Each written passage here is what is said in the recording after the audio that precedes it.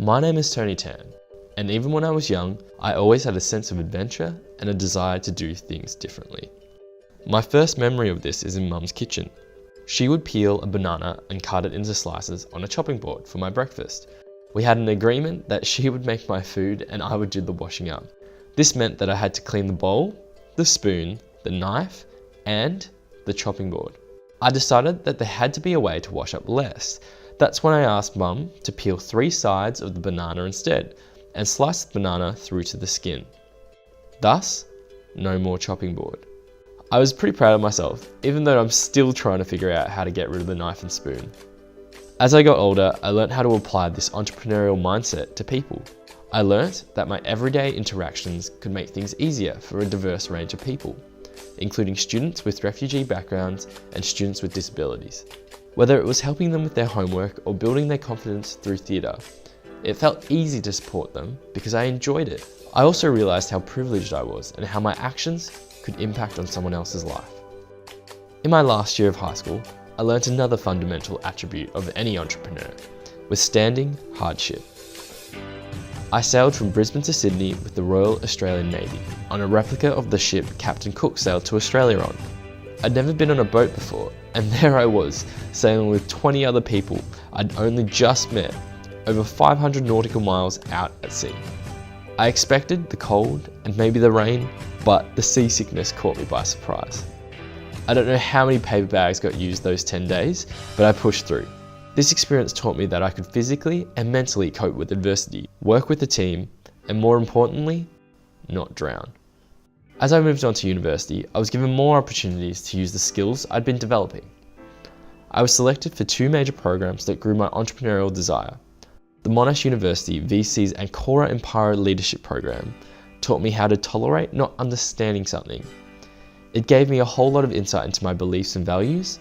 I learned to lead different types of people, and most importantly, how I could invest in the people around me. Next was the Global Discovery Program. I was tasked with creating a 30-second video on how I would change the world. Needless to say, it was a difficult task, but I showed how important building strong relationships with people was to any venture.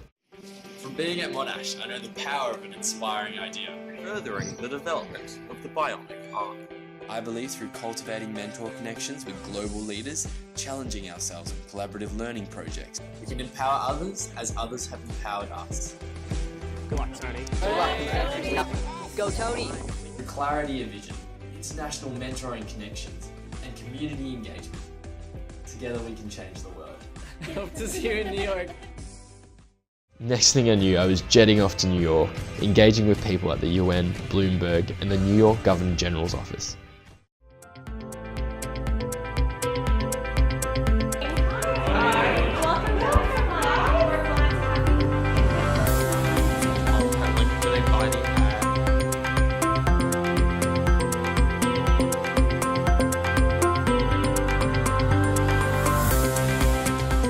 Welcome to Bloomberg. Is this your first time to New York? All right, well, welcome.